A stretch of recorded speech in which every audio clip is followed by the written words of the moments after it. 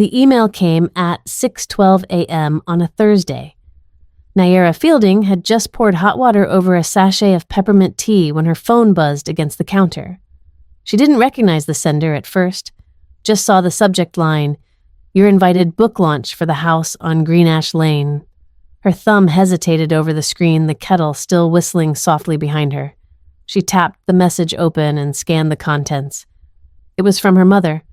Polished with gold-edged borders embedded in the graphic, the email announced a celebration of a long-awaited family memoir with a photo of the book cover centered below. There, in serif font, beneath the title, was the author credit by Camilla Fielding with contributions from Maris Fielding. Nayera blinked once. Then again, Maris, of course. The email went on a catered reception at the university library, complete with a panel discussion and book signing. Family and friends were encouraged to attend in celebration of our family's story of resilience, memory, and healing. Nayera didn't finish the tea. She sat at the small oak table in her apartment kitchen, the one she'd sanded down herself the first summer after she'd moved out of the family home.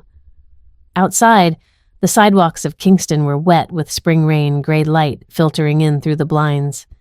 She set her phone down beside her teacup, reached for the slim blue journal tucked on the corner shelf, and opened to a dog-eared page.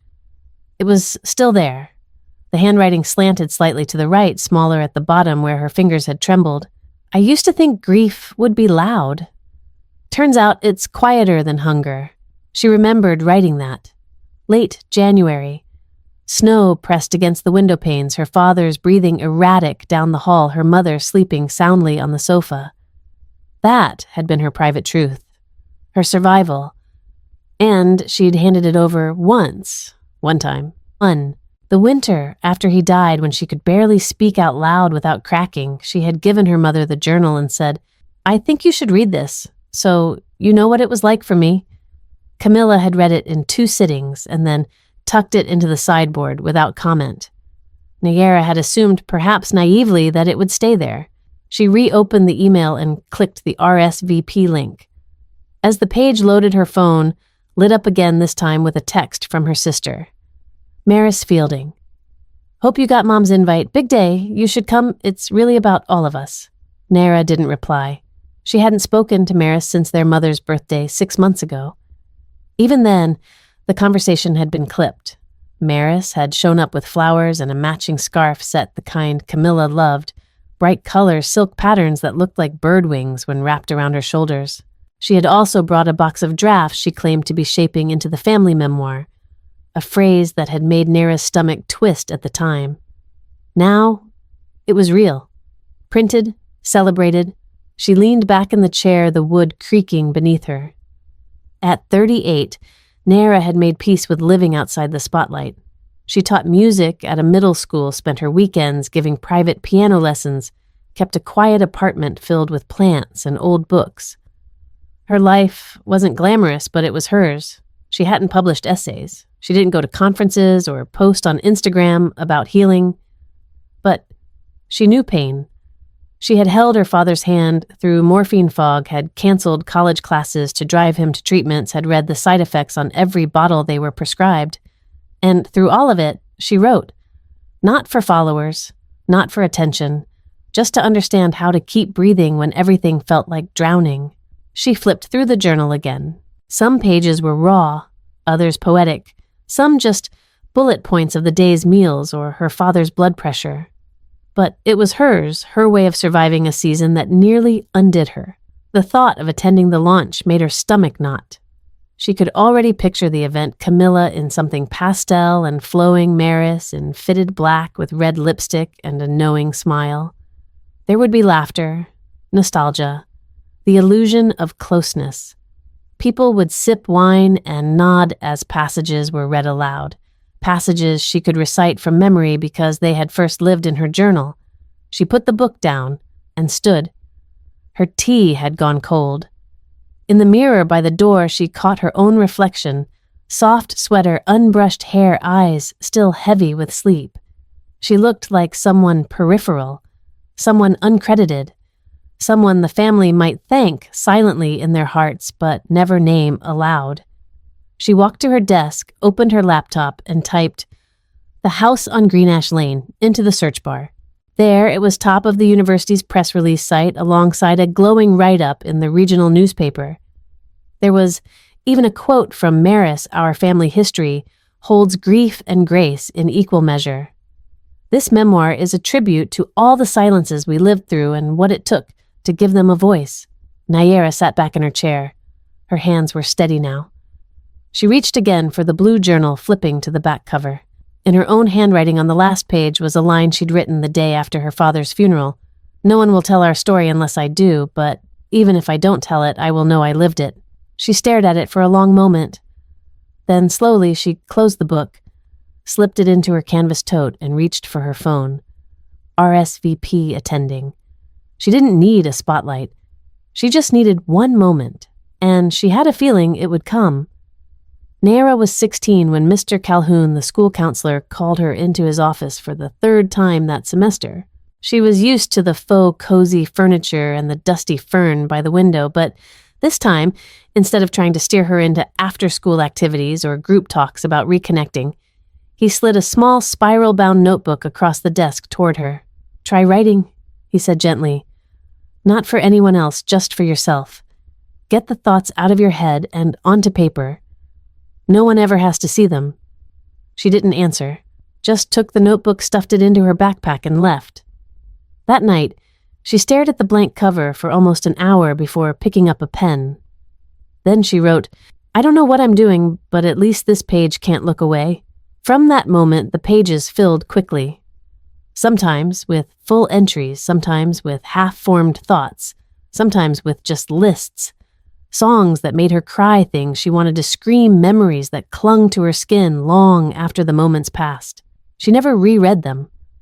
That wasn't the point. The writing itself felt like breathing through a paper bag, awkward, necessary, a private kind of survival. She hid the notebook beneath a loose floorboard in her bedroom along with the ones that came after.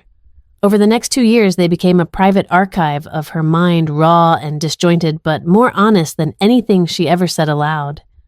High school blurred around her. She wasn't bullied exactly, just overlooked. She was the quiet girl who sat near the back of the room, who knew every answer but rarely raised her hand. Her classmates assumed she was shy. Some thought she was cold. A few whispered that she was weird, but no one said it with malice. Just curiosity or maybe dismissal. And that suited her fine. Attention always felt more like a threat than a reward. Her mother, Camilla, used to worry out loud. "You need to get out more. Do you want me to talk to someone? There are girls at church your age," but her father understood better. Paul Fielding had the quiet steadiness of someone who had seen worse and knew the value of letting people find their own way back. He was a Vietnam vet, though he rarely spoke of it. When he did, it was usually to reference something strange and small, a song that reminded him of a night patrol, a smell that pulled him back to a damp jungle morning. Most of the time, he was Mr. Fielding, the biology teacher, with the gentle voice and endless patience. At home, he kept bird feeders full, read old paperbacks, and sometimes made her tea in the evenings without asking why she'd gone quiet. One night, during a rare argument with her mother about what she couldn't remember now, Nayera slammed her bedroom door so hard, the floor rattled. She pulled up the board to stash another finished journal and found one missing. Panic hit her like a wave. Her hands tore through the hidden space, checking and rechecking, but there was no mistaking it. The next morning, she found it neatly placed on her pillow. She flipped through the pages, frantic, looking for signs of tampering. Her breath caught halfway through. On the edge of one page where she'd written about the night she hid in the laundry room during a family dinner, there was a note written in a different hand, slanted and small. "Keep writing. You're not broken. Just brave in silence. Dad." She didn't bring it up, and neither did he, but from that day on, something steadied inside her. It didn't make the panic vanish or the loneliness ease overnight, but it gave her a lifeline. A sense that someone saw her not as fragile, but as fighting. Years passed. The journals multiplied. By her early 20s, she had over a dozen lined up in shoeboxes and stacked in the corner of her closet. She never intended them for anyone, but after her father's cancer diagnosis, pancreatic, aggressive, and terminal, she began to write differently. Less about daily angst, more about the quiet horror of watching someone disappear by inches. Camilla withdrew quickly. She took over appointment scheduling and meal planning with military precision, but rarely stayed in the room during chemo or doctor visits. It was Naira, who sat beside him, who read aloud from old books when he couldn't sleep, who learned how to track symptoms and manage medications. It was also Naira, who wrote down every detail, even the things she couldn't say aloud, how she hated the way the air smelled in hospice, how his hands shook when no one else was looking, how she begged God for a mercy she didn't believe in. When he died, the world felt both louder and flatter. Grief didn't scream, it whispered constantly like wind under a door that wouldn't quite close. A week after the funeral, Naira sat at the kitchen table with a mug of coffee gone cold and the blue journal in her lap. Camilla was wiping down counters, though they were already spotless. "I want you to read this," Naira said, holding out the book. I don't know, it's from when things were happening. Maybe it'll help you understand." Her mother took it without a word, nodded once, and walked out of the room. Naira waited days, then weeks for a response. Nothing came. One afternoon, she checked the bookshelf in the den where her father's novels used to line the walls and saw the journal tucked neatly between two cookbooks. She didn't touch it, but something inside her sank. Months later, when she went to retrieve it, it was gone. She asked, once casually, "Hey, did you move that journal I gave you?" Her mother didn't look up from her knitting. "No, I don't remember seeing it." Naira never asked again. She told herself it didn't matter, that maybe her mother had thrown it away without reading it. Or maybe she had and just didn't have anything to say. Either way, it was lost, and with it, something in Naira's willingness to be open. She stopped writing for a long time. The blank pages felt accusatory. What was the point of giving voice to something no one wanted to hear? She focused on other things, college, then music, education, then her first teaching job. Life reshaped itself around quiet routines and small pleasures. A student, playing a melody right for the first time, a cup of strong tea, the way winter sunlight hit her living room rug at 10 a.m., but she never forgot the journal, especially not the blue one. And when the invitation arrived, dressed in fanfare and flourishes, celebrating a memoir based on family truths, she knew. The missing words had found their way back. Just not to her. Now, as she stared at the event flyer on her fridge, she traced her finger along the RSVP date. A wave of heat rushed through her. Not anger exactly. Not sadness. Something else. Something like fire quietly learning how to speak. She didn't want to fight, but she also didn't want to vanish. And this time, she wouldn't be the one hiding under floorboards. Even as children, Maris could make a room feel like it was tilting toward her. It wasn't about looks, though. She was effortlessly elegant. Even at 11, or intelligence, though, she spoke with the ease of someone twice her age. It was the way she entered a space already knowing where the attention would land, and made sure it stayed there. Teachers remembered her name. Neighbors asked about her first. She didn't demand the spotlight so much as absorb it like light into glass. Naira, 3 years younger, had learned to arrange herself around that gravity without resentment at first. Maris was simply louder, brighter, easier to place. Their mother used to call her our little ambassador, especially when guests visited, and Maris greeted them with handshakes and a wide smile. Naira, meanwhile, stayed close to their father's side, arms folded, watching more than speaking. "She's just shy," Camilla would explain, tousling Naira's hair like an afterthought. "Our quiet one." But there was a time, years before the silence between them hardened, when Naira thought maybe there was room for both kinds of daughters. Maris went to drama camp. Naira stayed home with books. Maris made scrapbooks. Naira wrote poems on the backs of receipts and kept them in a shoebox. It worked in a lopsided kind of way until their father got sick, and the gap between them became something more than style. When the diagnosis came, it was quick and brutal. Stage 4. No surgery. Months, maybe a year. Naira was home from college on winter break when she overheard the news from the hallway, her mother's voice brittle behind the bedroom door. Maris flew in from grad school that weekend, hugged their father tightly, then returned to campus with a promise to visit again soon. Instead, she applied for a semester abroad in Lisbon. "She needs this," Camilla said at the time, folding laundry on the edge of the couch. "She's worked so hard and she handles things differently." It wasn't a criticism.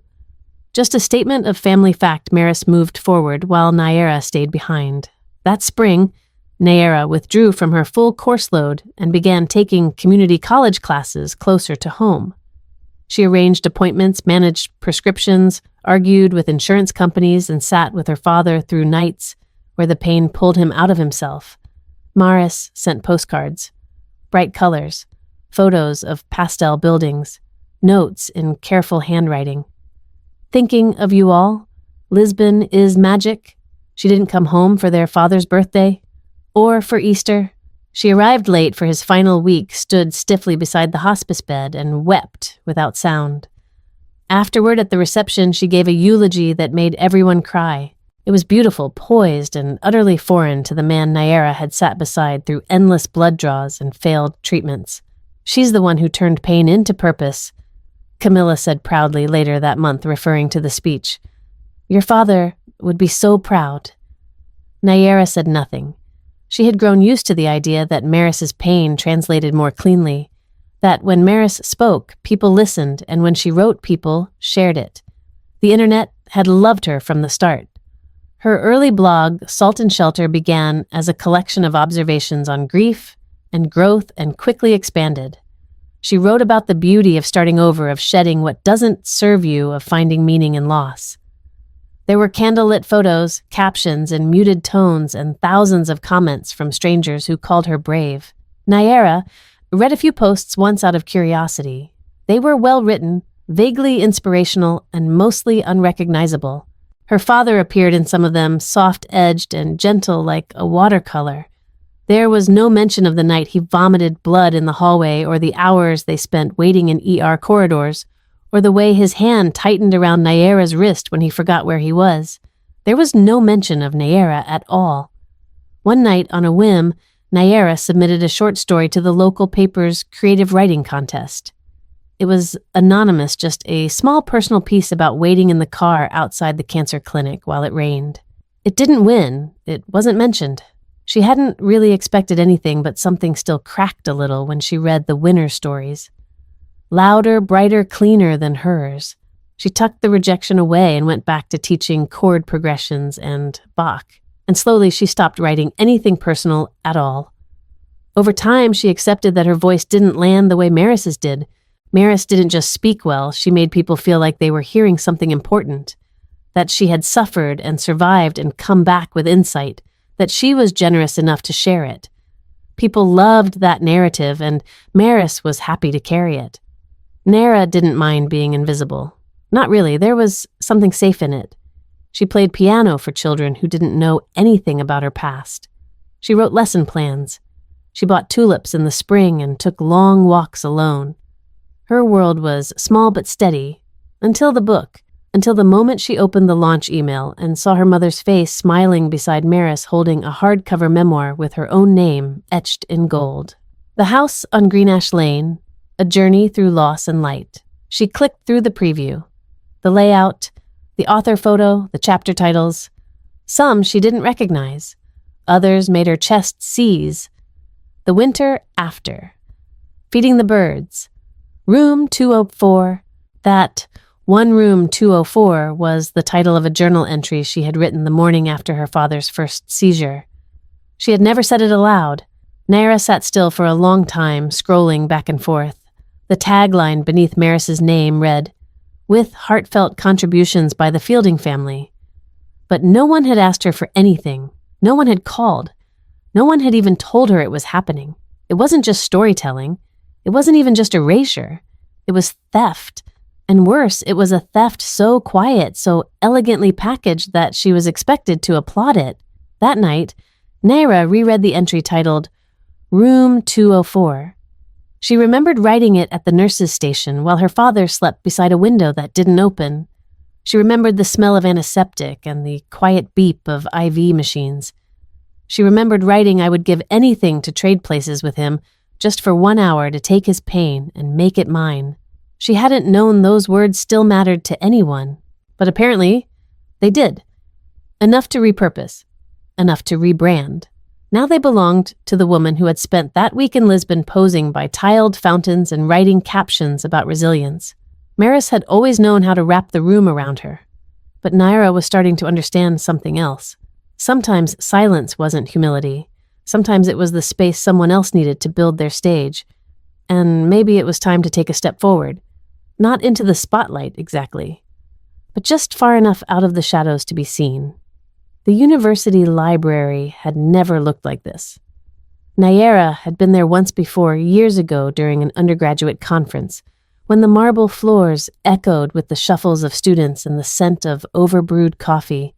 But today, it had been transformed.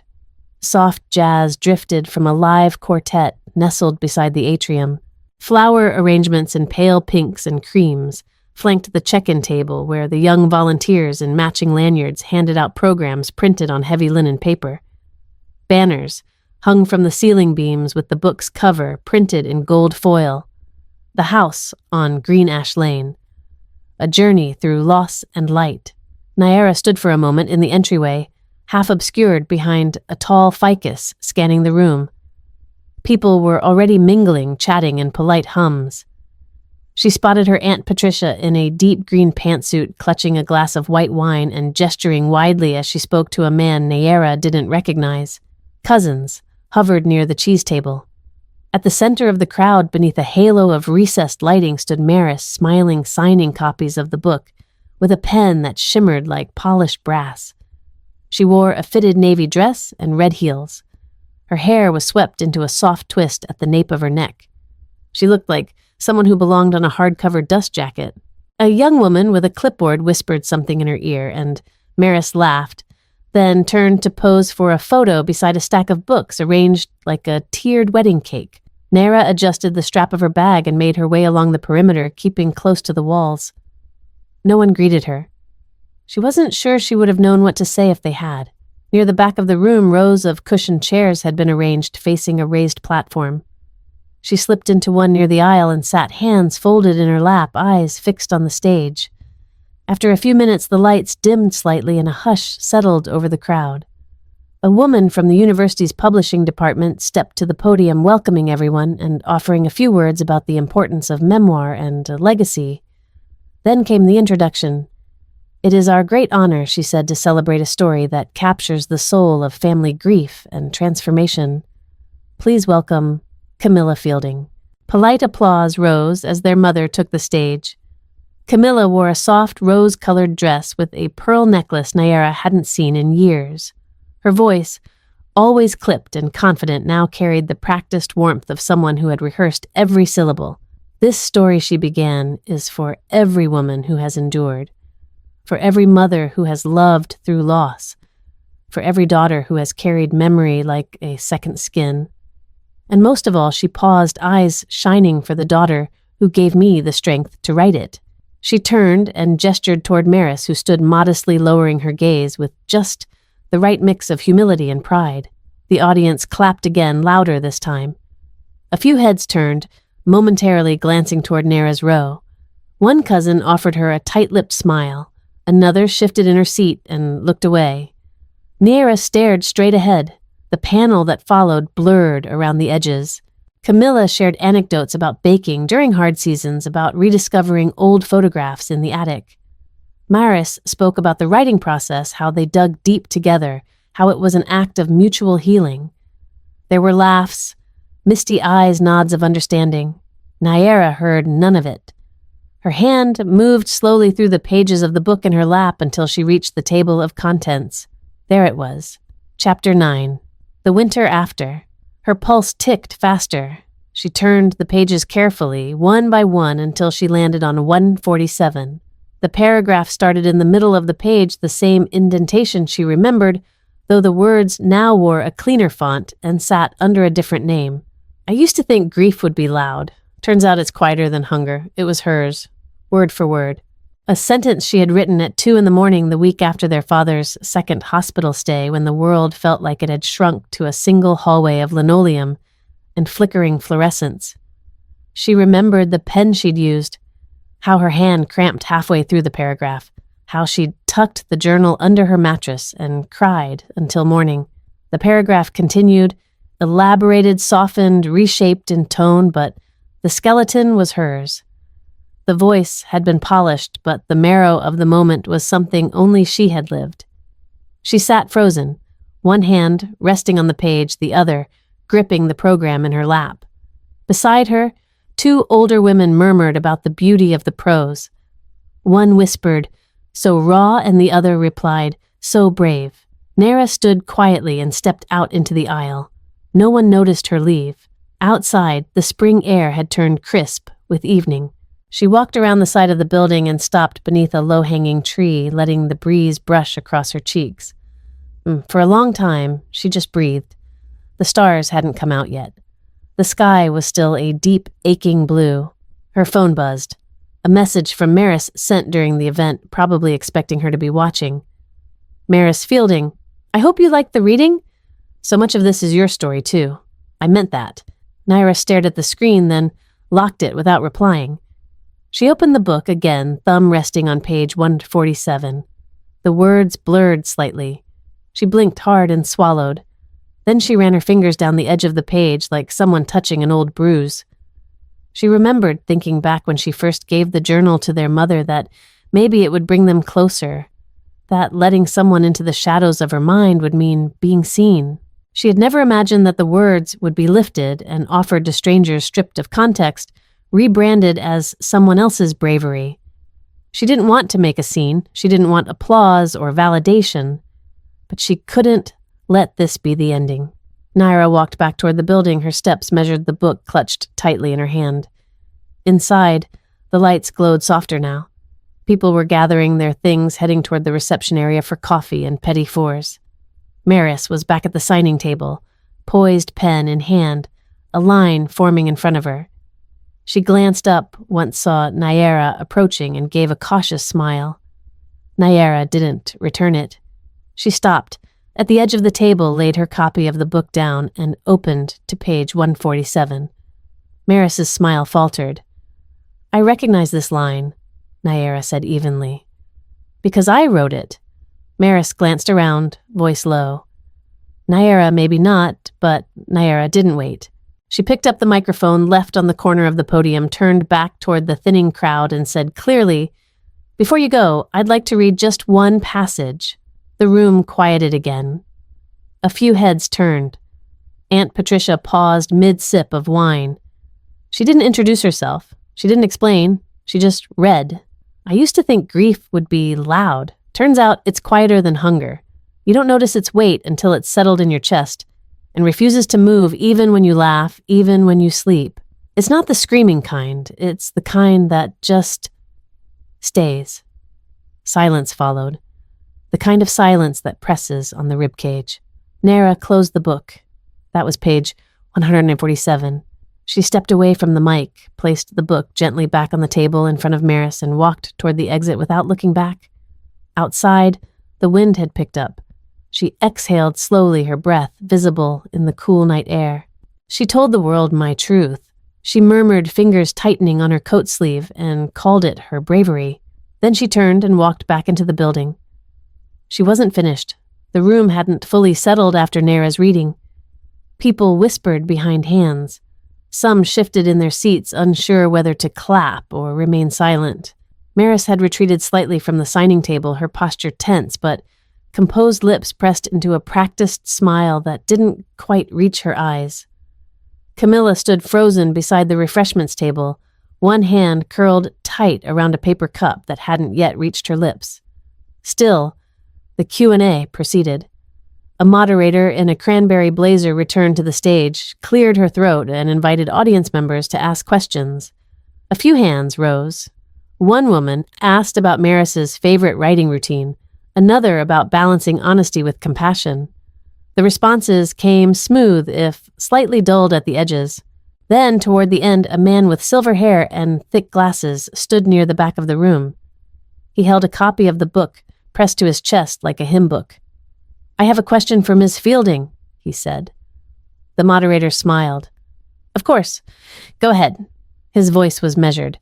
"How did you access such raw private emotion in your writing?" A murmur of agreement followed. That passage on page 147, it felt lived. Maris didn't flinch. She tilted her head slightly, folded her hands, and gave the kind of soft, steady smile that had always won her the benefit of the doubt. "Because I lived it," she said gently. The room exhaled until Nara raised her hand. It wasn't dramatic. She didn't stand or wave. She simply lifted one hand palm facing out the way her father used to in class when he was about to correct a student gently. The moderator hesitated, then nodded. A volunteer crossed the aisle past Nara, the microphone. She rose, slowly. "My name is Nara Fielding," she said into the mic. Her voice didn't tremble. "And I'm the author of page 147. The air snapped tight. She reached into her bag and pulled out an old composition notebook. Its corners were frayed, the cover marked with ink and time. She opened it carefully, fingers practiced in finding the right place. Then she held it up, the page facing the audience. "This entry is dated February 6th, 2019, she said. "Written in room 204 of St. Andrew's Medical Center. My father was sleeping. I was alone." Her voice was calm, even. "I want to read you what I wrote that night." She didn't wait for permission. "I used to think grief would be loud. Turns out it's quieter than hunger. You don't notice its weight until you realize you haven't eaten in a day but still can't feel anything except the missing. It's not crying. It's not wailing. It's the silence you carry like a second spine." She closed the notebook gently. Gasps echoed through the room. One woman near the front put a hand to her mouth. A man turned to his neighbor, whispering something neither sister could hear. A few heads slowly turned toward Camilla, who had gone so pale she looked like she might drop the cup in her hand. She didn't blink. Maris hadn't moved. She sat with perfect posture, eyes fixed forward, knuckles white against her lap. For a moment, she didn't seem to be breathing. Naira looked straight at her. "That's my handwriting. That's my voice, that's my memory, and it was used without my knowledge, without my permission, and without credit." No one interrupted her. "I've spent most of my life in the quiet," she continued, her tone still steady, still personal. "I'm used to being edited out of the family story, but tonight I wanted you to know that line didn't come from a writer's workshop. It didn't come from inspiration. It came from a night I thought I might never get through, and I don't mind if people hear it. I just want them to know whose truth it is." She handed the mic back to the stunned volunteer and returned to her seat. No applause, no outrage, just a deep, uncomfortable silence, the kind that makes people rethink everything they thought they understood. The Q&A ended without another question. The moderator offered a stiff thank you and stepped down. The jazz quartet resumed with an awkward, too cheerful tune. People began gathering their coats, offering murmured goodbyes, some casting glances at Maris, unsure whether to approach her or not. Camilla sat down slowly in the second row, staring straight ahead like someone who had just watched glass shatter in slow motion. Her mouth opened slightly, then closed. She didn't look at either of her daughters. Maris stood adjusting her dress like it might anchor her. "Naira." She began approaching the aisle, but Naira had already stood slinging her bag over her shoulder. "Not here," she said softly. "Not like this." And she walked out. This time, the air behind her didn't feel cold. It felt clean. She didn't need to yell. She didn't need to burn anything down. She had brought the truth into the light and let people see it for what it was. Not a performance, not a brand, a memory unfiltered, unclaimed by anyone else. And from the look on every face in that room, it was finally loud enough to be heard. The headline went live just before midnight. Whose Words Book Launch Overshadowed by Authorship Dispute. The university blog had done its best to remain neutral. No accusations, only quotes and timelines, but it didn't matter. The comments section turned into a wildfire by morning. When Naira woke up, her phone had 23 unread messages and 6 voicemails. Most were unknown numbers. One was her school principal asking if she was all right. Another was from a former college roommate she hadn't spoken to in years, saw the clip. "You were incredible." She didn't feel incredible. She felt hollow. She made her coffee, slow, her hands trembling slightly as she poured the grounds. The local news had already picked up the story. There was a freeze frame of her standing at the microphone journal in hand lips mid-sentence.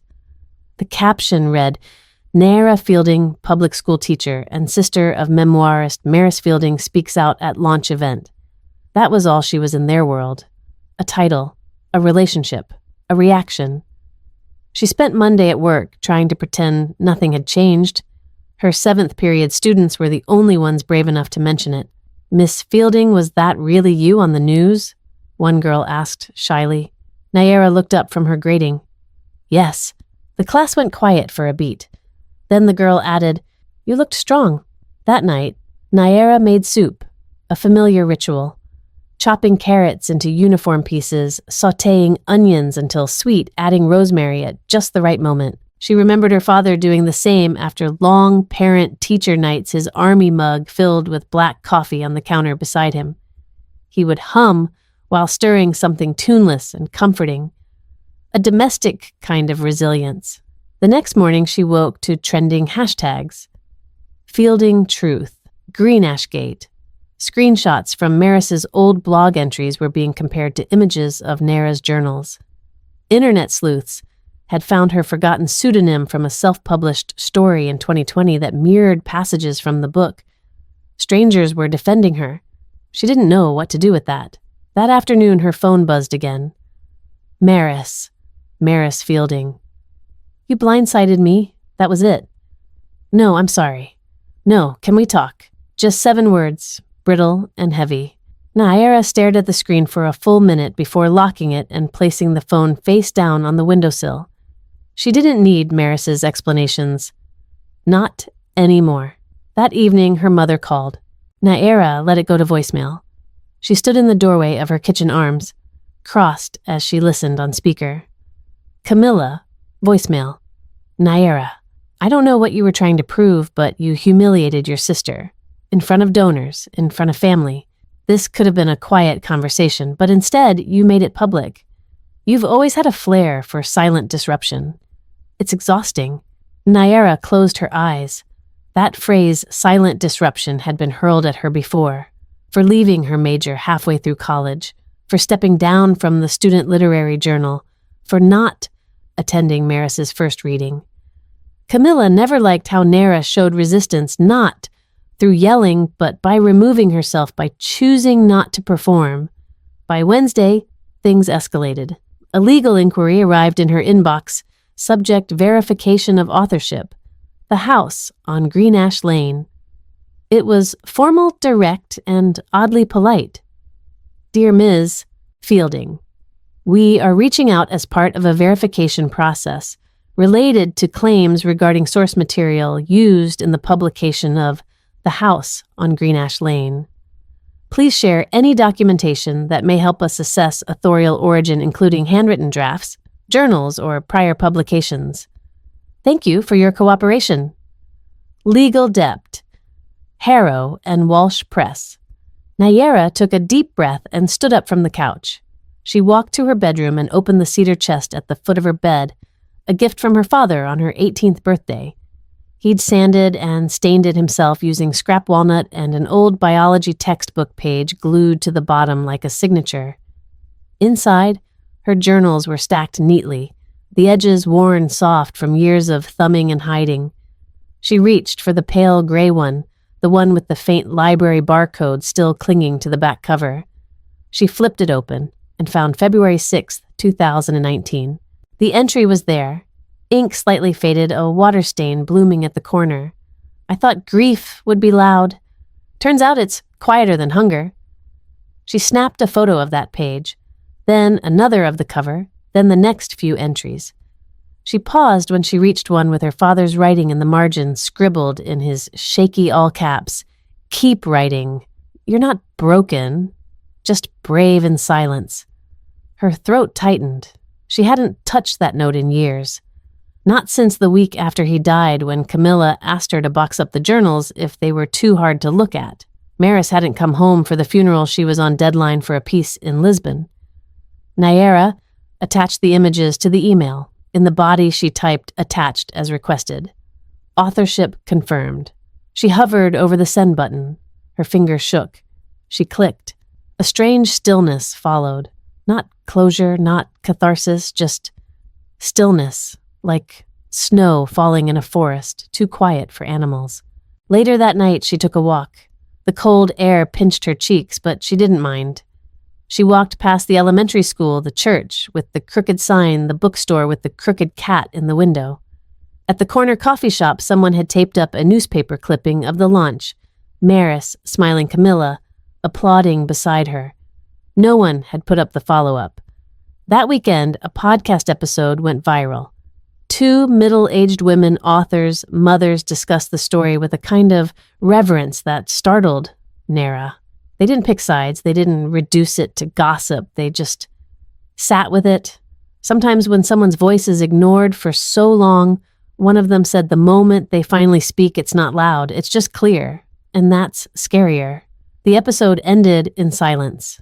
By Monday, industry blogs reported that Maris's second book deal, Rooted Reclaiming the Quiet Self, was under internal review pending investigation.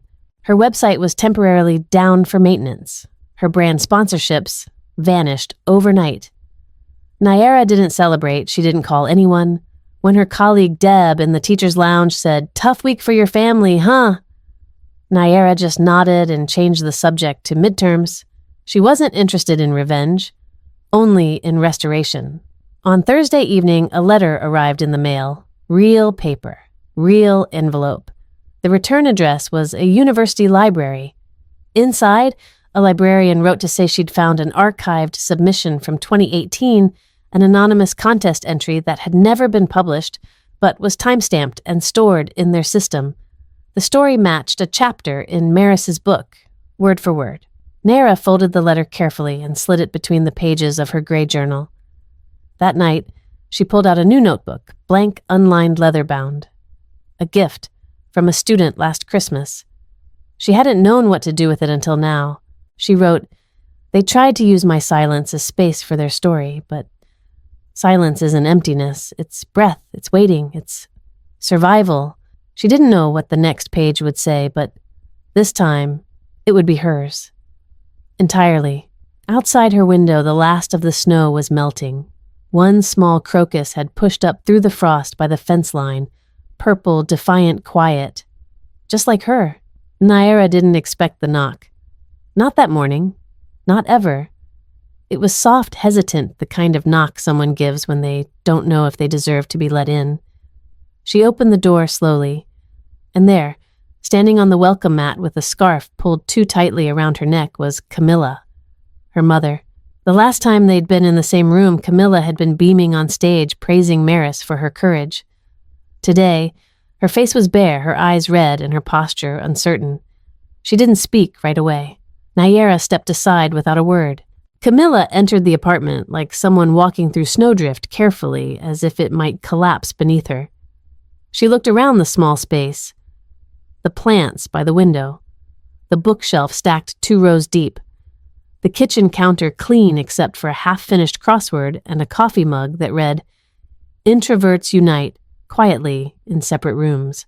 She sat at the edge of the couch, smoothing the front of her coat eyes, darting around for something safe to focus on. Nara stayed standing. Camilla finally spoke. "I wasn't sure if you'd answer. I almost didn't," Nara replied. Her voice was even, tired. A pause settled between them like dust. Camilla exhaled. I've been thinking about what you said at the launch and what's come out since." Nara didn't respond. She waited. Camilla swallowed. "You're right. About the journal. She stopped, looked at her hands. "I gave it to Maris. Last year, she was stuck. Writer's block. She kept saying she had nothing left to say, that everything had already been said better by someone else. And then I remembered, your journal, that one you gave me after your father." She trailed off. Her voice wavered. Nayara's arms were crossed tightly, but she said nothing. Camilla pushed forward. I read it again. I thought there's something in here, something real, something raw, and Maris could shape it, could give it voice. And maybe I thought it would help her heal. Maybe it would help us heal. Nayera blinked once, then again. You thought it would help you? Camilla looked up. You had no use for it anymore. It was just sitting on a shelf. Nayera stepped closer, her voice suddenly sharp. It wasn't hers to need. Camilla flinched at that. I didn't think it would turn into all this. I didn't know she would use it so directly. That line. I remember that one, about grief. I remember underlining it. She stopped. I thought she'd paraphrase, reference, not lift it. Nayera sat down across from her. Calm, but not gentle. You didn't think she'd get caught. Silence. Camilla shook her head.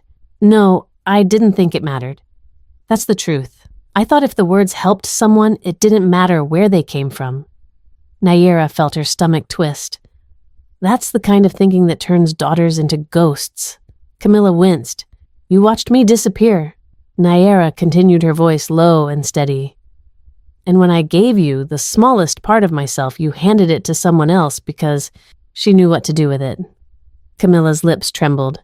I didn't mean, but you did. Nayera cut in. You meant to silence me with good intentions, with legacy, with your version of what a daughter should be. Tears welled in Camilla's eyes, but Nayera didn't stop. You called her the one who turned pain into purpose. She said quieter now. But it was my pain, my purpose. I held Dad's hand when he couldn't grip a spoon. I drove him to chemo while she sent postcards from Lisbon. I cleaned his vomit from the couch cushions. She posted reflections about enduring love. Camilla's tears fell now. She didn't wipe them away. I know she whispered. Nayera looked at her mother, really looked at her. The woman who'd kept the family together on the surface while letting fractures fester underneath. The woman who never yelled but knew how to dismiss with a glance. The woman who still couldn't say, I'm sorry, without drowning it in justifications. Camilla reached into her coat pocket and pulled out something folded. A photo. Worn at the edges. It was of Nayera, age 17, sitting cross-legged on the porch with her father. She was laughing. He was holding a mug, one arm draped over her shoulders. Camilla placed it on the coffee table. I found this last week, she said, tucked in the back of one of your father's notebooks. He wrote something on the back. Nayera turned it over, her breath caught. She listens like a soldier, feels like a poet. She'll carry more than anyone sees. The handwriting was unmistakable. For a long moment, neither of them spoke. Then Camilla said, I don't know how to undo what's been done. Nayera looked up. You can't. Camilla nodded slowly. Then what do I do? Nayera's voice was quiet. Firm. You stop pretending I wasn't there. You stop rewriting history to make it cleaner. Camilla looked down at her hands again. Do you want legal credit money? I can talk to the publishers. I didn't do this for money, Nayera interrupted. Camilla looked up. Nayera continued. I'm not asking for recognition. I'm asking for truth. For you to stop building your narratives on the idea that I was silent because I had nothing to say. Camilla looked shattered. Not out of malice, but because something in her had cracked in a way that couldn't be glued back. Nayera stood. She walked to the window, watched a boy across the street riding his bike in tight circles. She remembered doing the same when she was 10, pedaling hard in the driveway, trying to fly in place. She turned back to her mother. You should go. Camilla stood slowly. She walked to the door and paused with her hand on the knob. I'll do better, she said. I don't know how yet, but I'll start. Nayera didn't respond.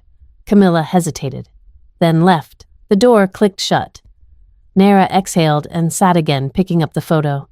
Her father's words glowed against the yellowing back. She traced them with her thumb, not for comfort, but for grounding. She didn't cry. Not this time. She picked up her new journal and wrote a single line. Today. The silence finally spoke back. Spring came without asking permission. It seeped into the corners of Nayera's world like a memory she hadn't meant to keep. The tulips outside her apartment window yellow with streaks of coral bent stubbornly into the breeze. She hadn't planted them to be admired. She had planted them to see if they would come back. Her mornings were simple now. She rose before the sun brewed coffee in her dented silver French press. and played a few slow arpeggios on the upright piano tucked in the corner. The wood had a scratch on its left side, a reminder from when she moved in years ago, alone, hauling her father's old music books in 2 canvas totes. She still used those books when she taught, even when the pages crinkled like onion skin. Most days she taught 3 or 4 students, children mostly, some with tantrums, some with sticky fingers. One, a shy boy named Caleb, had taken to whispering his song titles to her, like secrets. "Today is the Dragon's Lullaby," he said. "One Tuesday, gripping the bench." She let him play it twice, and when he finished, she clapped loud and proud like she would have for a grand recital.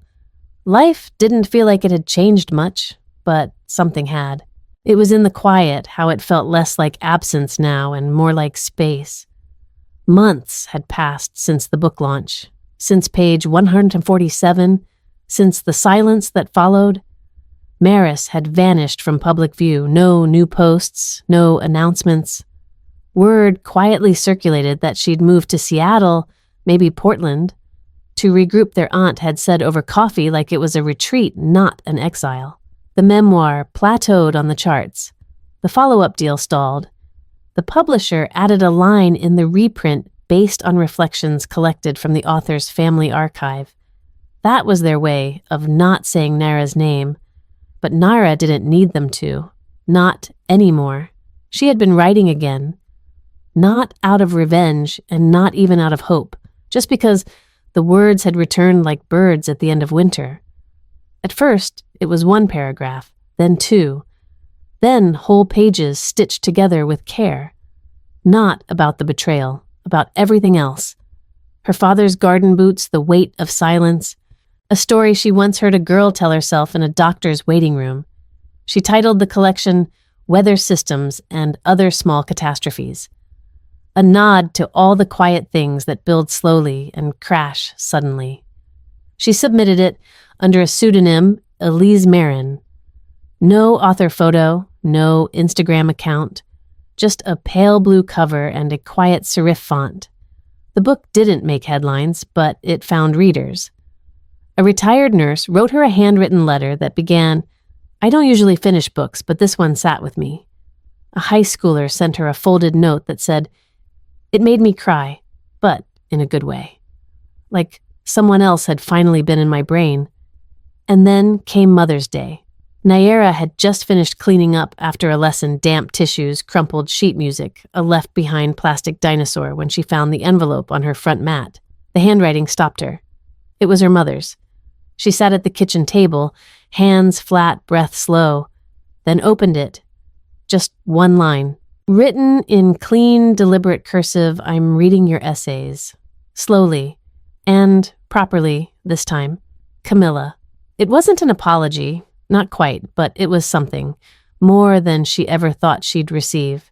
She folded the note in half and slid it inside her journal right next to an old photo of her father holding a frog mid-sneeze, his glasses fogged with laughter. He had once told her, loud doesn't always mean right. She hadn't understood it back then. She did now. One Thursday, after lessons ended, a girl named Elsie with red shoelaces and a messy braid lingered at the doorway. I wrote something, Elsie said, fidgeting with the strap on her backpack. After reading a book my aunt gave me. Nara smiled. "Want me to read it now or later?" "Later," Elsie said, then added quickly, "But I hope you like it." Nara waited until she was alone. Then she opened the folded note. The last lines stayed with her. "I speak quiet, but my voice has teeth." Nara set it down. Outside, the wind shifted the tulips like a gentle warning. Even soft things stand. That evening she brewed tea and sat down to write the final essay of her collection. Not for the publisher. Not for the readers, for herself. It took hours. Not because she didn't know what to say, but because she wanted every word to matter. She titled it simply, "What We Leave Out." And she wrote, "The truth doesn't shout. It waits. It returns when the stage is quiet and the spotlight has burned out. It arrives not to punish, but to remind." Some stories aren't told. Some are reclaimed gently in full color without permission. When she finished, she didn't submit it. She printed one copy and slipped it into the back of her notebook. Not everything needed to be seen to be real. A few weeks later, a quiet email arrived. Subject line, Reading Circle Inquiry. It was from a local librarian named Jessa. She had read Weather Systems and wanted to know if Elise Marin would consider doing a private reading for a group of women in their grief support circle. No audience, no press, just a room, a kettle, and folding chairs. Nayara stared at the screen for a long time. Her cursor blinked. Then she typed, "Yes. I'll bring the essays that didn't make the book, the ones I kept for myself." She didn't tell anyone. Not Maris. Not Camilla. This wasn't a performance, it was a beginning. The reading happened on a Tuesday. Rain tapped the windows. Jessa introduced her simply as Elise, and they sat in a circle on borrowed cushions. Nayara read slowly. 3 essays. No one interrupted. No one asked for context. Afterward, a woman with short silver hair leaned over and touched her wrist. "You write like someone who has lived a lot of things in silence," she said, and finally decided to make a sound. Naira didn't reply right away. She didn't need to. When she walked home, later that night, she passed a bookstore. In the window was a display of memoirs. Maris's book was still there, but it was tucked in the second row now. No spotlight, no buzz. Nayara paused just for a moment, then kept walking. When she got home, she poured herself a glass of wine and pulled open the top drawer of her desk. Inside were the old journals, pages curled at the edges, her father's note still visible in the margin. "You're not broken, just brave in silence." She lit a candle, picked up her pen, and began to write again. No plan, no title. Only the promise that her voice, however quiet, would always belong to her. 1 year later, the university library looked almost unchanged. The same creaky wooden benches, the same faint smell of old books and floor polish. But for Nara, it felt entirely different walking those tiled halls now. Last time, she'd stood in the back anonymous watching her sister hold court beneath banners with their mother's quote. Today there were no banners, no crowd, just a quiet Tuesday afternoon and the gentle hush that only libraries knew how to hold. Nayara moved past the front desk, nodding politely at the student worker with headphones in, and wound her way up the stairs to the 3rd floor, the literature wing. The sun slanted through the tall windows, warming the dusty air. She didn't have a plan. She hadn't set out with a reason, but something in her chest told her she needed to return here, to this room, to that memory. She rounded the corner toward the reading alcove, tucked behind the biographies and essay collections. A handful of students sat scattered at the tables, books splayed out, laptops open, half-finished coffees beside them. Her eyes drifted to a girl in a blue cardigan seated in the far corner. The girl was reading something slowly, a finger following the lines like a guide. Nayara blinked. The cream-colored spine with the quiet serif font was unmistakable. Weather systems and other small catastrophes. Her breath caught, but she didn't speak. She didn't walk over. She simply watched as the girl, maybe 19 or 20, turned a page, then paused, as if the words had asked her to stay there a moment longer. The girl lifted a hand and rubbed her cheek. She wasn't crying, not really, but something had shifted in her face. Recognition. Softness. Whatever it wasn't for Nara to interrupt. She stepped back, giving the moment its space. Her fingers drifted along the bookshelf nearest her. The biography section. She scanned the spines until her hand paused on a familiar one. Her mother's memoir. 1,000 Winters.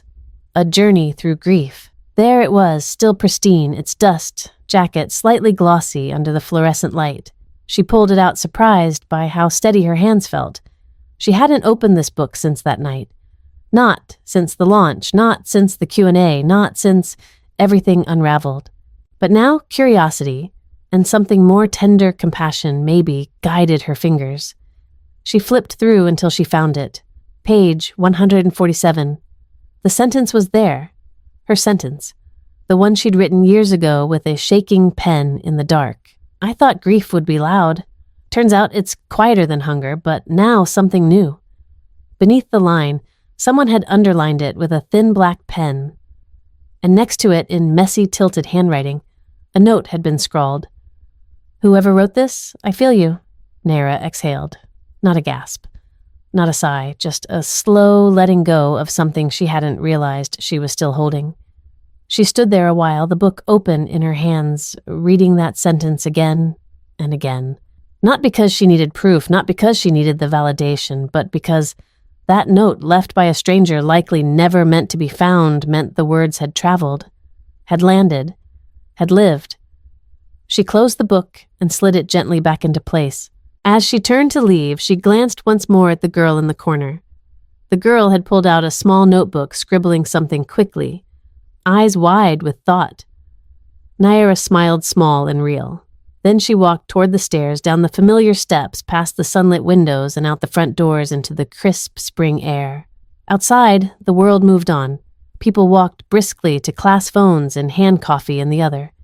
But for Naira, the world had tilted just a little.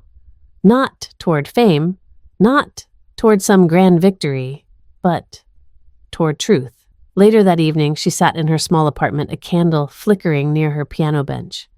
She opened her own journal, one she still kept, still wrote in, not for anyone but herself.